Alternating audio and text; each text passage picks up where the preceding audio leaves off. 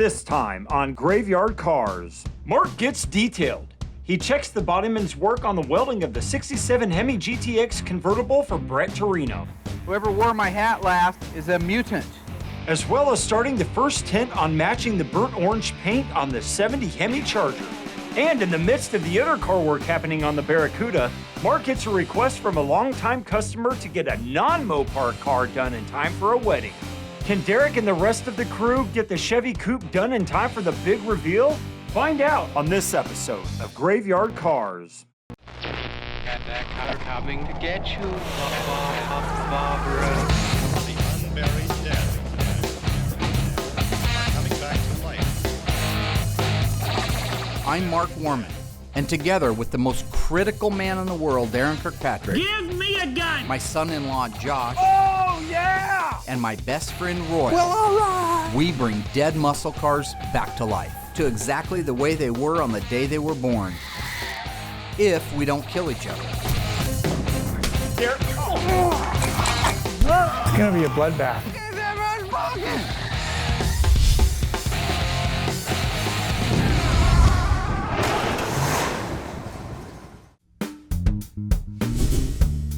You know, the last few months here at Graveyard Carz have been absolutely crazy. We had the Hills 70 Plymouth Superbird, which compared to how much time was left before the car had to be done, we were absolutely scrambling. Same thing for the Walton 72 Charger. I hate suicide shifts. I hate the round-the-clock stuff. It is exhausting, and I'm very much looking forward now, calming down a little bit, getting refocused on the cars that still are yet to go this year. It's a good time now. Now that it's over, I can say, whew. Hi, Mark. Hey. I'm Kristen Headley. I am Joe and Carol Headley's daughter-in-law. Good to see you. You have a minute? Oh, yeah. The little 30 Chev's been here for quite a while. It's been over a couple of years since it was dropped off. And unfortunately, as I've mentioned before, that the family patriarch, Joe, passed away during the process of the restoration. While we're getting really close on the 30 Chev, Derek's still got a ton of things left to do to it. We still have the wheels and tires to install. We still have to finish the running boards, modify the shift linkage for it, button up some things on the interior. There's a ton of detailing to do, so there's still a lot to do on that car. I do have a huge favor to ask you with the 30 coming along. Yep. We have a family wedding towards the end of this week. It's Joe and Carol's oldest grandson, Okay. my nephew. And Carol and Joe pretty much raised Daniel from the time he was a newborn. Oh, really? So really Oh. tight with his grandma and grandpa. You see where I'm going with this? You know, this is classic Graveyard Carz. As soon as you get the breath, as soon as you get just a chance to breathe, here comes the next mission, the next hurdle. Is there any way we can surprise the family? What, gosh, today's the 2nd.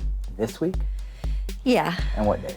the 6th. I love my clients. They need to have the car done. I don't want to disappoint them. But those employees that work for me while I give them a ration of crap, those are my children, all right? Their health and their safety and their peace of mind is a lot more important to me than a client's car. Okay, you got it. Yes! The fact of the matter is I have an obligation. And if that passion means having to chuck a couple of kids under the bus, it's unfortunate for the kids, but it gets the job done. No matter what, just like Batman would with Mr. Freeze, just like Superman does when he goes out after the bad guy. To save Lois Lane, you might have to kill a few innocent people along the way, but the bottom line is you're flying away at the end with your cape in the wind, all right? I have every intention of having my cape in the wind at that wedding. Yeah, I'm ecstatic, and I'm just very appreciative that it's able to come together. And it's a big request I asked on a very short timeline. So I'm feeling very blessed. You got it. You've just made Okay. my day. In a perfect world, it's 2 days worth of work, but there's Murphy's Law, and there's a few little things we haven't done yet. So we just finished pulling a bunch of suicide shifts, so. You know, I kind of chose Derek to take this car on back in the day because he loves street rods. He did a lot more street rod stuff, chopping, channeling, lowering, and doing all that stuff than he ever did Mopars when he came to work for me. He just happens to be phenomenal anything he does. So this was a perfect fit for him. So as usual, Mark's trying to kill me with these ridiculous deadlines. I'm sure the other guys will be here on occasion to help out, but in all honesty, it'll be me. I'll probably be the one down here half the night doing it myself. Thing is with Derek is he does have a right to complain to a certain degree. I mean, there is a lot going on. He is my main go-to guy, but at the same token, he did volunteer to do it, all right? So welcome to my shoes. I mean, that's what I have to go through all the time. When you save the world, you have to save every part of the world. You don't get to save little bits and pieces of it as you go along. The first main thing that I have to deal with is making the shift linkage. We put a different steering column in it. Went from a non-tilt to a tilt. It's all aftermarket. And now we have to figure out all our linkage because unfortunately, it's not going to bolt in and just work. We just have to deal with the rod because up here we're in park. We have to make sure when this all flows smoothly so you can go through your gears with nothing in a bind.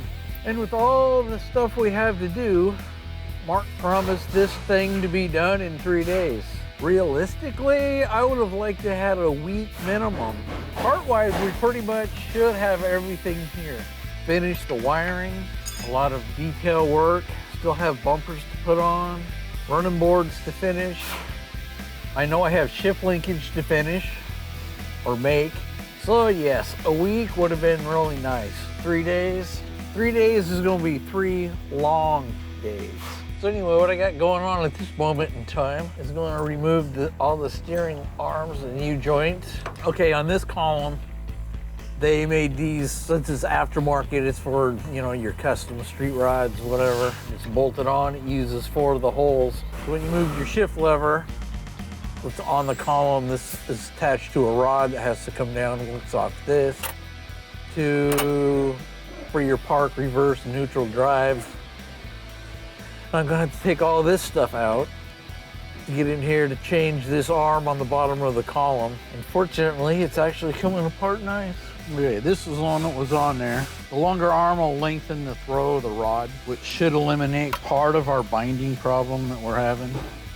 Okay, for now we're going to see how our custom-made shift linkage works. Piece of round rod and a bolt, as you can see. Custom-made, got to make her work. No OE application for this. Okay, so we're in park, reverse, neutral, drive, second, and low. Sweet, it was almost too easy. Off to the next.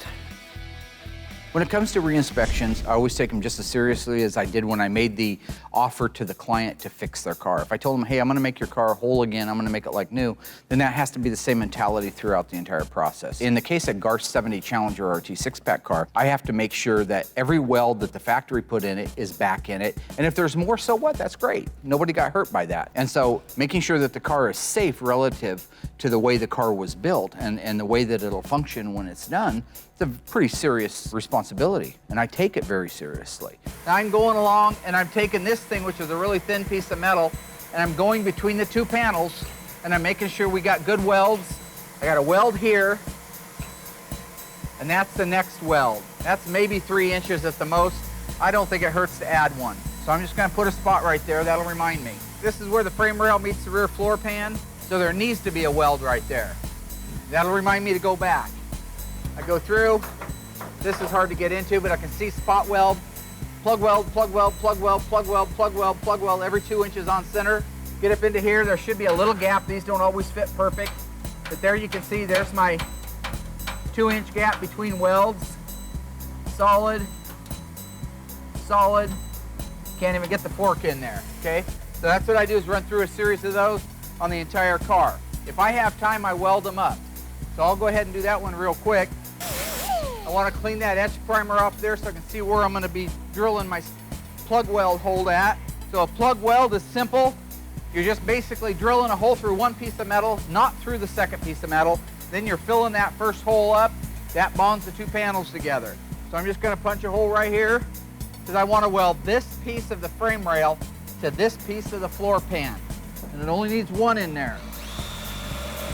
When I do a re-inspect on one of these cars, whether I'm checking for welds or the body work or the paint work or checking the dash or the interior, the fit and the finish, whatever it is, I do it with absolute 0 tolerance, meaning that if something's wrong, we take the time to fix it. I'm almost through, but I'm starting to touch the panel underneath it, so I want to put this in there so I have a separation. Now I've got a nice hole, can you see that? I'm now going to marry those 2 panels together with a plug weld. Whoever wore my hat last is a mutant. One of those genetic freaks with a huge head. Adjust my welder, throw on my gloves. And now I'm on there, I'm just gonna hit it with some etch. And that's it, game over. Now it's welded. The QC on the welds went really well. Nobody's perfect, okay? Even these cars weren't perfect.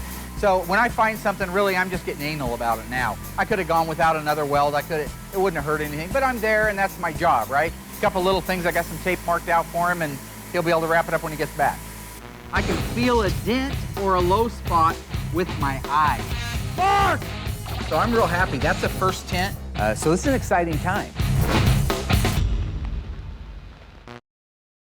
After checking off the welding and the metal work on our 1970 Challenger RT, I can move on to the inspection of the body and panel work on our Hemi GTX convertible. Also, Derek is going full throttle on the Chevrolet sedan. I'm sending Josh out on a secret mission to get parts off of Donor Kirkpatrick's 1970 Dodge Challenger.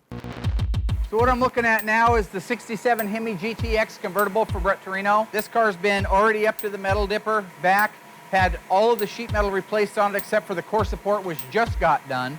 That car came to us and it was a pretty darn nice car. I mean, at a glance, it looked really nice. It was beautiful. It was on his showroom, and if you've seen his showroom, you know it's just absolutely amazing, full of beautiful cars. But Brett's like me, he's a bit of a perfectionist, so he wanted to take it to the next notch. That's why it's here.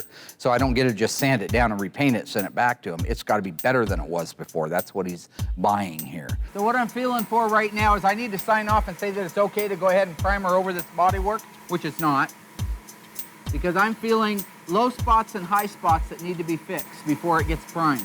So it's just a matter of you got to concentrate, get the feel before you sign off. I have to know you can't get it absolutely perfect to the feel. What you have to get it perfect to is the look. That's the key. You have to know what's going to show. It may feel high to your hand, but when you see the car done, you cannot tell it's high. It looks absolutely perfect. That's why they have to have me sign off on it. I can feel it's just a little bit fat. And now I can feel it's a little bit low. So it's just a matter of getting the feel. Some people never get it. I was born with it. I can feel a dent or a low spot with my eyes. Somebody buzzed that down a couple weeks ago and they didn't put its primer on it. And it started to flash rust. I don't like that.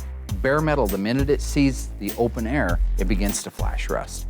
So I have to go through, make sure that everything is covered and protected so that it doesn't flash rust. We miss it, end up primering over the top of it, and then 2 years, 3 years, 10 years down the road, the customer has a problem with it lifting or bubbling in that area because it was oxidized and nobody treated it. That'll come back and bite you in the ass. So knowing that it's flat, knowing that it's smooth, knowing that it's a perfect fit, those are all the things that your eyes will see. Knowing what will and won't show, that's something that you have to just know inside. And knowing exactly what can bite you in the ass is something you earn over 30 years of doing body and paint work. So that's the only mud work I got to sign off on. So the GTX is looking really good. There's a few spots that do need some attention, but for the most part, it's ready to get its first primer. And I think that Brett Torino's going to be really excited to find out that we're moving ahead to that point, and that's one step closer to getting the dark blue paint on it. So it looks like Mark's at it again. He wants me to go pick off some exhaust stuff from Daren's car. We don't have anything circulating around out in the graveyard with any of the cars. So lo and behold, I get to go pull them off of Daren's car. Currently, I got Josh off doing a very important task. We call it Operation 415. It basically means to borrow parts off Daren's car but not return them and then not tell him.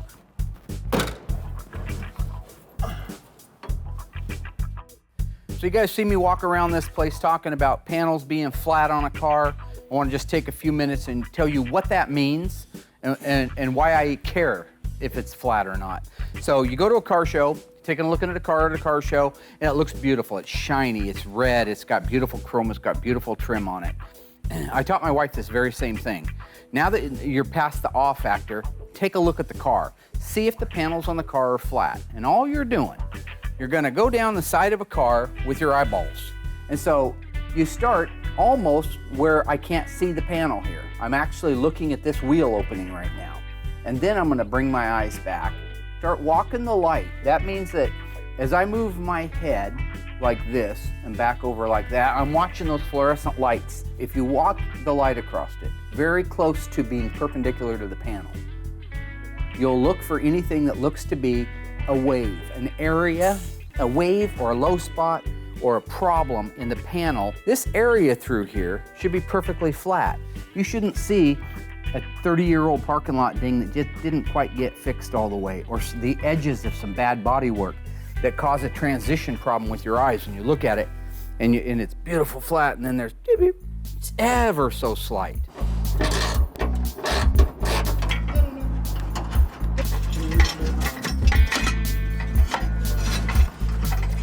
So there's a bracket that's welded onto Daren's car. I don't know exactly if that bracket already exists on the car that I'm taking all the parts off of Daren's car for. So I'm gonna go back, have a look at the other cars, see if it's in there. And if it's not in there, come back, pull that bracket off and take it back, get everything sandblasted, and then get it installed.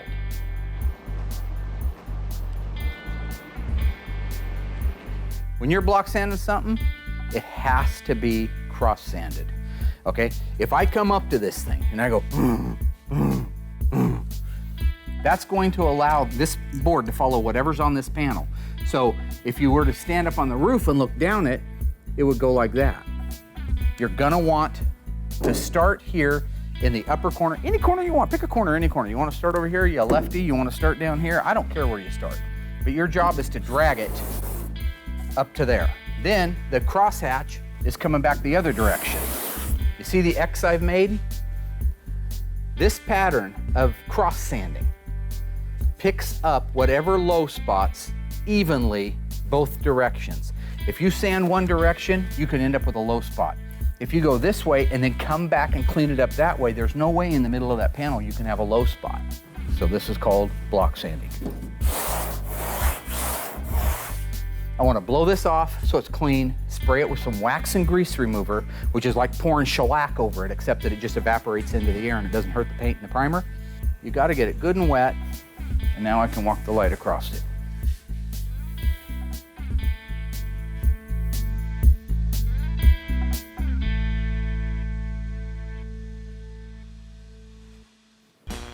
John and Horace Dodge began the Dodge Company in 1915. Prior to that, they made auto parts for what automotive manufacturer? Ford, Plymouth, Buick. The answer coming up after the break. So what auto manufacturer did John and Horace Dodge make parts for prior to their own automotive company in 1915? The answer is Ford. In 1900, the Dodge brothers started their own auto parts manufacturing business. They were contracted by Ford to create and supply most of the parts that went on the Ford automobile. It was working so closely with Henry Ford and the Ford automobile that they saw flaws in it and thought to themselves they could make a better product. Thus, the Dodge motor car, or Dodge as we call it today. Visit graveyardcars.com to learn more.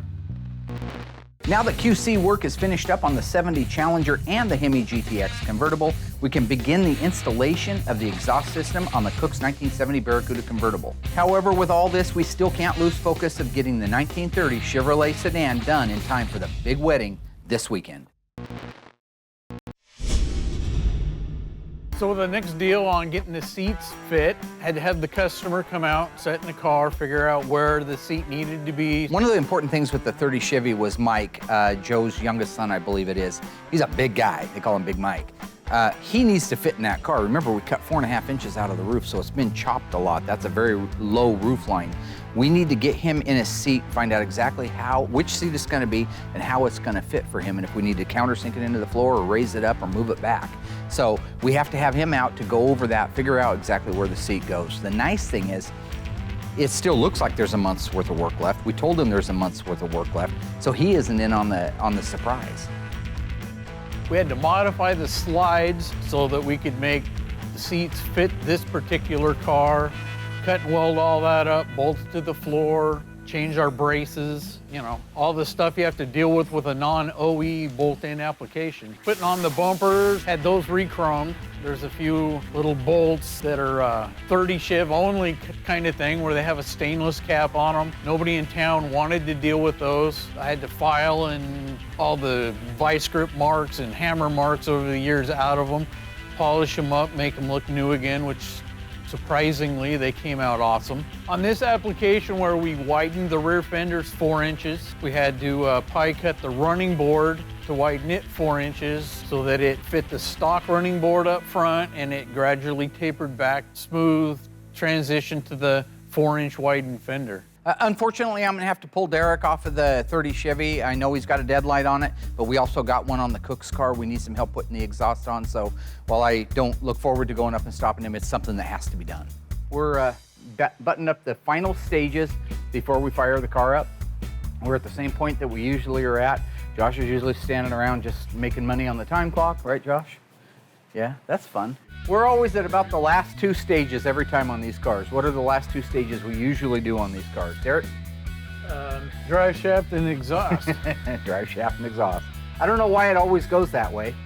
I mean, you could put it in any time, but it's always somehow in our minds, in our process, it's always the last 2. Now that all that's together, we're ready. So let's put the drive shaft in. You see that rubber seal right there that I'm pushing with my finger? If that goes in dry, it could tear this seal. This is the output shaft seal, and then it can drip. Transmission fluid loves to drip. It's very thin viscosity. It loves to drip. So if you grease that before you put it in, it'll guarantee you won't rip that seal. Let's nail it in there, buddy.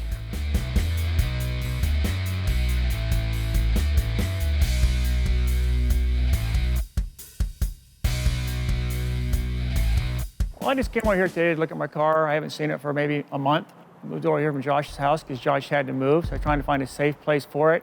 I thought this would be a safe place because there's really no work going on here, any car work or anything.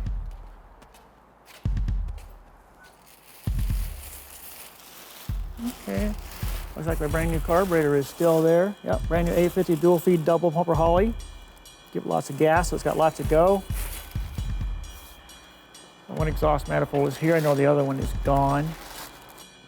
Yeah, the manifold got taken off. I told Mark he could take it, but also he said to have a new one on it in 2 weeks. Well, it's been 2 months. No manifold, as usual. And Mark's lips move, he's lying. We like to put a little bit of product on there that locks the threads so they can't back off. That's what that product was. And once they're tightened down, that stuff will set up and it'll make sure those bolts don't vibrate loose, even though they do have lock washers on them. That's a nice fit. That's a nice fit. I just like to be careful. These break really easy. They're a 1/4 inch by 20 fine thread. And so if you over torque them, you'll break them. But right there, I'm done. I feel okay. I would like to invite you to have sex with yourself because you just bashed my head in. God, you really hurt him, dude. Better be careful. Why don't screw you? You're the guy that screams at inanimate objects all the time. Damn Jeep, screw you Jeep, you and I are done. Throwing those wild ass knees at it. It's a car, it doesn't have any feeling. Yeah, you can look at me with your bug-eyed wrinkled face, you crazy looking terrorist bearded son of a Animal's been loose on my car. Was it Josh or was it Mark? With everything finally on there, it's 90% done and it looks awesome. I was biting my nails, I was nervous. You know, for me right now, Graveyard Carz has just become such a fun place. I'm a true diehard Mopar lover, and part of my goal when I started Graveyard Carz was not just to restore the cars that first started coming in, the Hemis and the 6-packs and the convertibles and the RTs and the TAs and all these rare high-dollar cars, but now we're at a point that we've proven ourselves, we've proven to be affordable, number one, that you can still send a car out like this little 68 green Charger and come out on top at the end. This car was bought brand new in 1968. The guy who had it got it repossessed. When it went up for repossession in 1969, the current owner today that brought me the car is the one that was the high bidder and won it at the auction. This car is cool. It's green, GG1, which is Royal's favorite color because that's the color of his Poop Box 67 Coronet RT. It's just an unassuming 383 4-barrel HP air conditioning car, but a nice car, a solid car. When you look at the paint on it, even though it's had a paint job, it was done fairly right back in the day. Look at the interior, most of it being original, looks absolutely amazing. Borderline survivor in some cases. What a great project to start with that guarantees me and the owner that the finished product is going to be that much better. The less time we have to spend fixing rust panels, damaged panels, quarter panels that have been caved up to the back window, all of these things that I can focus my attention instead of undoing those on making it the best chrome bumper, the best dash, the best instrument panel, the best seat frames, the best interior, the best assembly. That's the thing I am enjoying the very most. With the metal QC work on both the Challenger and the GTX having passed my inspection, we can move to the final primer and pre-paint phase. The 30 Chevrolet is also coming along nicely. Derek has been working a lot of overtime hours to make sure not only the car is done, but it's done right and it's done on time. Derek and Josh are also working on installing the exhaust system in the 70 Plymouth Barracuda for Kimberly Cook. Things are going really great as long as the guys just keep focused and don't spend time we don't have winding me up. Okay, we got the drive shaft in, the linkage is hooked up, we're in park right now. The only thing we have left underneath here is the very last step before we fire the engine up. That is to install our brand new accurate exhaust system, which is over here. Let's do it. You have one, start cutting the plastic off of them. Well, I just came out here today to look at my car. I haven't seen it for maybe a month. She took my motor mounts, she took my pulleys, my belts, my hoses, my lower control arms, my bell housing, my clutch and pressure plate, cat food. Mark's been over here eating snacks again. So I just came over today, looked at my car, all looked pretty good, until I got to the back. Mark! Daren thinks you stole the hangers off his car. What? My exhaust has been taken and left just hanging on the ground. Look at that. They just bend everything up and twist it all around. Look at that. Just a bunch of animals, and animals been loose on my car. Was it Josh or was it Mark? If it was Josh, he did it for Mark. Mark is taking my muffler and some parts off the back end of my car, so my exhaust system. And they just left it hanging on the ground, laying on the ground and hanging off the car, bending things up and everything. That's real nice. That's what you do to your best friends, you know what I mean? No, that's not how you do stuff. Kimberly a call right now telling me I got stolen parts in the car and I want them back. I just get my parts back off the car. They ain't taking no maiden voyage ride. If you remember when we first brought this car in, it's 383 two-barrel, it's an L code. It was a single exhaust car. But Kimberly wanted to add a couple of features, and they are the coolest features that you could get on a Cuda. She had a flat hood on it, and she opted to go with the Raisin Brand dual scoop hood, so we put that on there. And she wanted the dual exhaust with the bright tips, and that's what we're doing now. She had single on it, and it was coded for single because you could not get a 383 two-barrel with dual exhaust. It came with single exhaust. A 1970 383 two-barrel engine still uses the same manifolds a 383 HP four-barrel would use. So there's nothing trick or modified. I talked to Tom down at Accurate Exhaust. He goes, no, it's the exact same. If this was a 383 Cuda like Mark and Elena's, this would be the system it would get. This gets a head pipe, a resonator, a tailpipe, a muffler. That's what we're doing now. Nice, I love that. Look at that. And what you want to do is build the whole system out and just have the bolts and the nuts finger tight.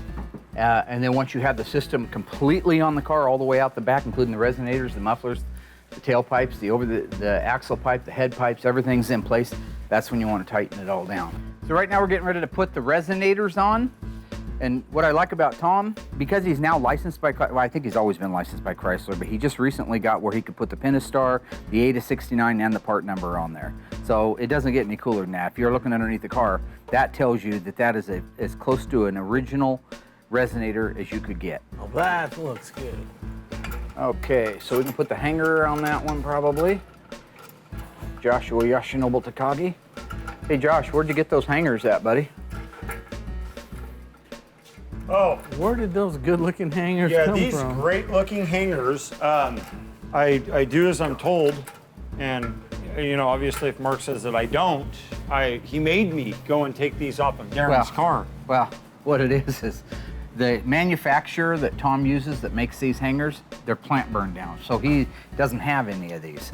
We didn't have any good used ones, and then I got to thinking, Daren's car had them on because Tom gave him the exhaust system for his car. So we just went over and got these off of his car, which I'm sure he'll be fine with it. So right now we got to let the car down. Being this car was a 383 two-barrel single exhaust, I had forgotten there's a couple of provisions that need to go into the body to be able to accept the dual exhaust. It did come with the kit, but I forgot I should have put them in before we raised the car up. This needs to go down through the floor of the trunk. If you look over here at this tawny gold car, A factory dual exhaust, because this is a V code 1971 446 pack 4-speed Dana Super Track pack car. This provision right here is the one that there's going to be a recess up there for it, but these holes won't be there because it never needed them with a 383 two-barrel. So we're going to make those holes, and if you see what this does, it'll go down through those openings. Then there's a set screw right there. That allows you from the bottom to be able to put the hanger on it up into place, put the nuts on it, and then be able to hang the actual muffler onto that.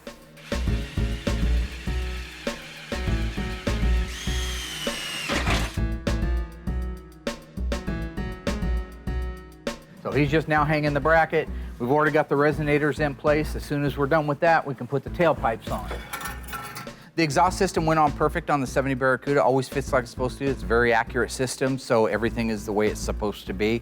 As you stand back and look at the car and you realize that it's within a few steps of being completed and being handed back to the owners to relive their dreams, I'm looking forward to that one being done, and we're just that much closer now. In order to paint the engine corporate blue for Kimberly Cook's 1970 Plymouth Barracuda convertible, the exhaust manifolds had to be installed. True or false? Were the manifolds supplied by Daren Kirkpatrick's 1970 Dodge Challenger? The answer coming up after the break. So was it necessary to borrow the exhaust manifolds off Daren Kirkpatrick's 1970 Dodge Challenger RT in order to paint the corporate blue 383 for Kimberly Cook? The answer is true. Unfortunately for Daren, the exhaust manifolds used on the 70 Barracuda 383 two-barrel are the exact part number, casting numbers, and date code, ironically, as his Challenger had on it. I didn't want to have to borrow them, but unfortunately, sometimes life means we have to make sacrifices. Visit graveyardcars.com to learn more. With an error-free installation of the accurate exhaust system on our 1970 Barracuda convertible, I can now start working on mixing and tinting the original FK5 burnt orange paint for our 1970 Hemi Charger. So what I want to do today is just take a few minutes and show you what goes into the tinting of the color. So what I've got setting here right now, this is the original left-hand door flare off of our 1970 Dodge Charger 426 Hemi 4-speed Super Track Pack car. The paint code is FK5. It's deep burnt orange, or just burnt orange. What you want to make sure of is that when you're tinting your color to match, that what you're matching to is the correct color. I opened up the deck lid on it, I held it up to the deck lid, walked the light back and forth across it, and realized that this had not faded from the deck lid. So this is an original formula, original spray. This is the closest match that PPG came up with to the factory FK5 burnt orange. Having looked at FK5 my entire life, I can tell you that it's going to be a little bit light. But I'm going to spray this out because I need to determine a couple of things. Number one, how many coats does it take to cover? After that, I need to figure out what I have to do to the color to make it match. So now I'm going to start putting the coats on the actual card itself to see how many coats it takes to hide.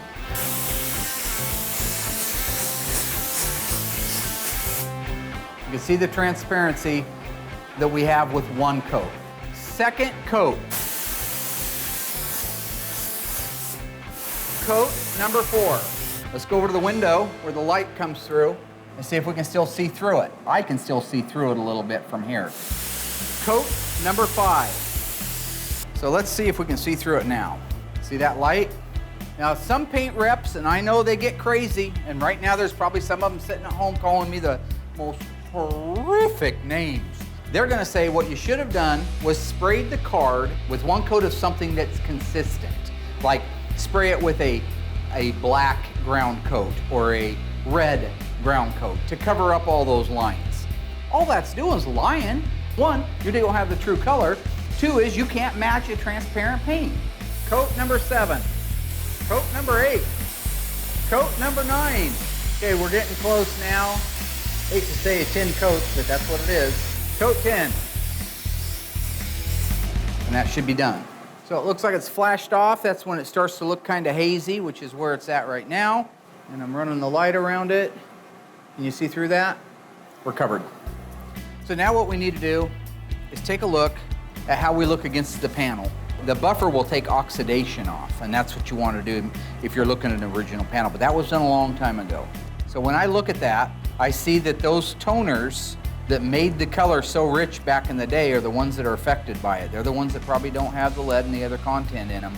That's why they don't have the ability to cover it. So I've got to add extra color. This is the formula that makes up the actual color itself. So when I go through there and I know that this needs to be a bloodier color, this needs to be a lot bloodier than it is, I'm gonna look for whatever description at least I would go with. The maroon, I like the sound of that color. That's a great sounding color.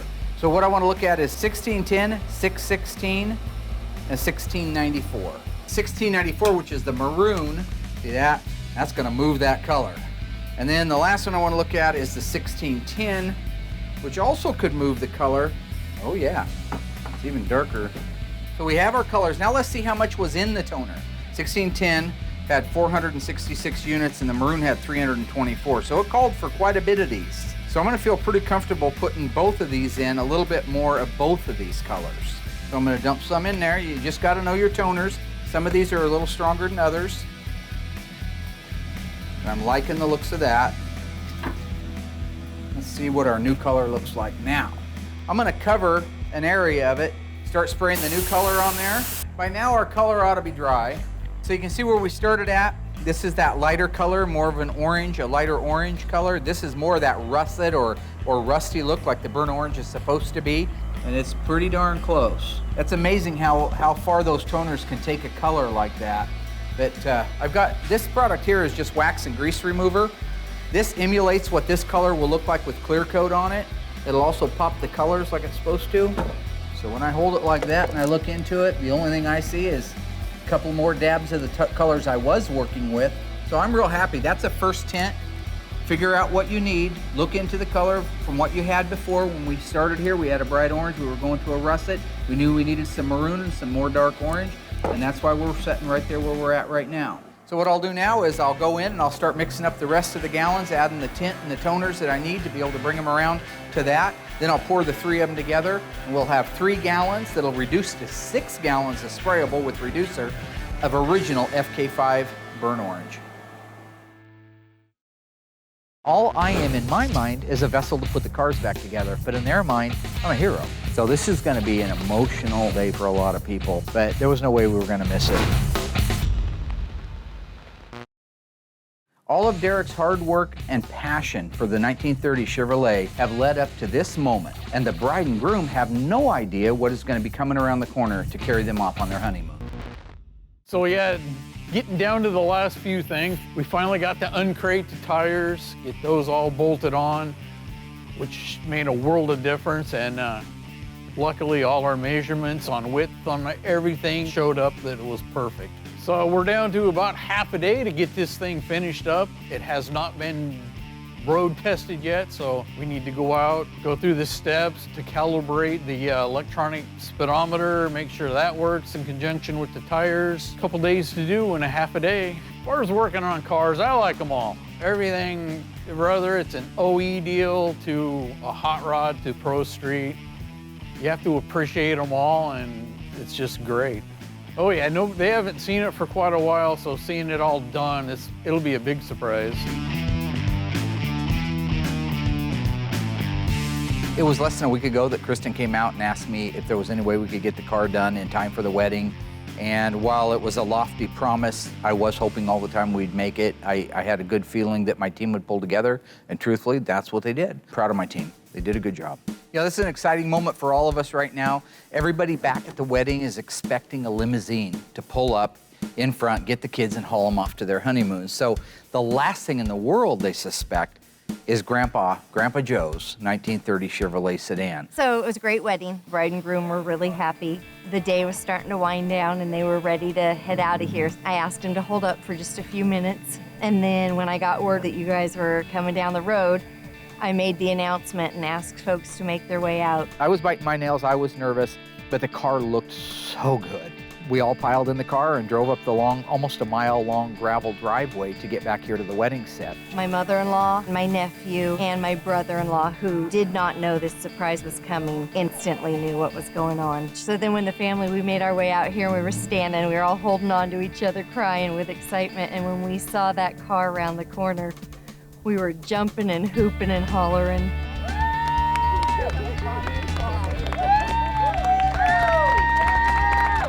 Pulled up and they were just, half the people fell apart, the other half was cheering. I mean, it's almost like a sporting event. They stole your thing, they stole the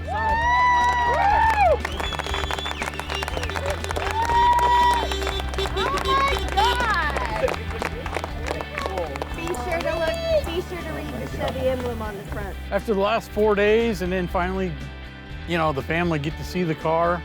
After all this time, I mean, it was awesome. You couldn't have asked for anything better.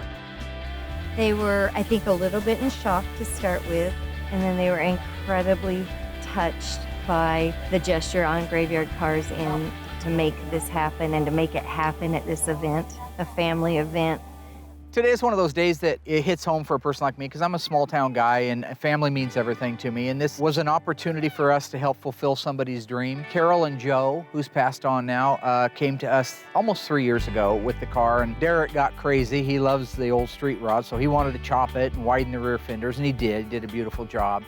So not only was it Mark and the crew that made this all happen, but Derek, through this whole process, has worked his tail off.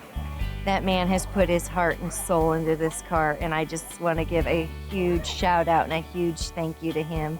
Oh yeah, this little 30's been my baby, I guess you could say, for the last 3 years. Well, we started out with taking 4.5 inches out of the roof, brought that down, refitted it, and then widened the rear fenders 4 inches, and then widened the running boards, basically pied them to make them match the stock front fenders, and then so they flow back into the 4-inch widened rear fenders. Well, the car was originally black, and they wanted to stick with black, but they wanted something that would make it stand out just a little bit, a little pop or whatever, so we went with the base clear black, threw some blue pearl in it, a little violet pearl, so it just got a complete different look at angles. About 1.5 years into the project, that's when Joe passed. And so that was hard on all of us because Joe was just a sweet guy. He had a heart of gold. He would do anything for anybody.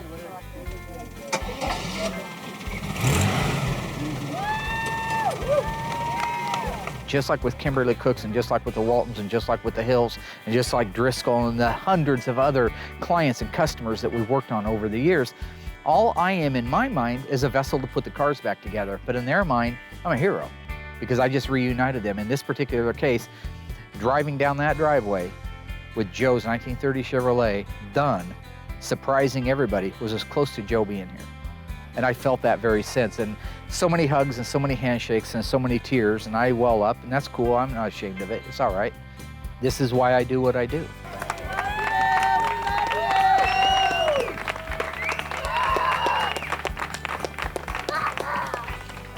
For sure it'll go to car shows and it'll go to cruises, and I know Carol will drive it every chance she gets on a nice day.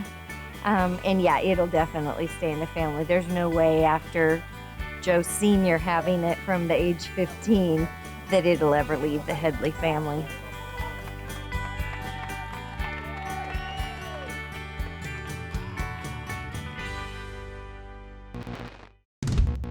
Next time on Graveyard Carz, the story of Kimberly Cook's 1970 Plymouth Barracuda comes to a close. From the arrival of the car over 2 years ago to tearing it down, documenting everything, restoring, rebuilding, and completely resurrecting this beautiful 383 convertible. A car like this may not be worth millions to collectors, but to the Cooks, it's priceless. Get ready for a reveal that's over 2 years in the making on the next episode of Graveyard Carz.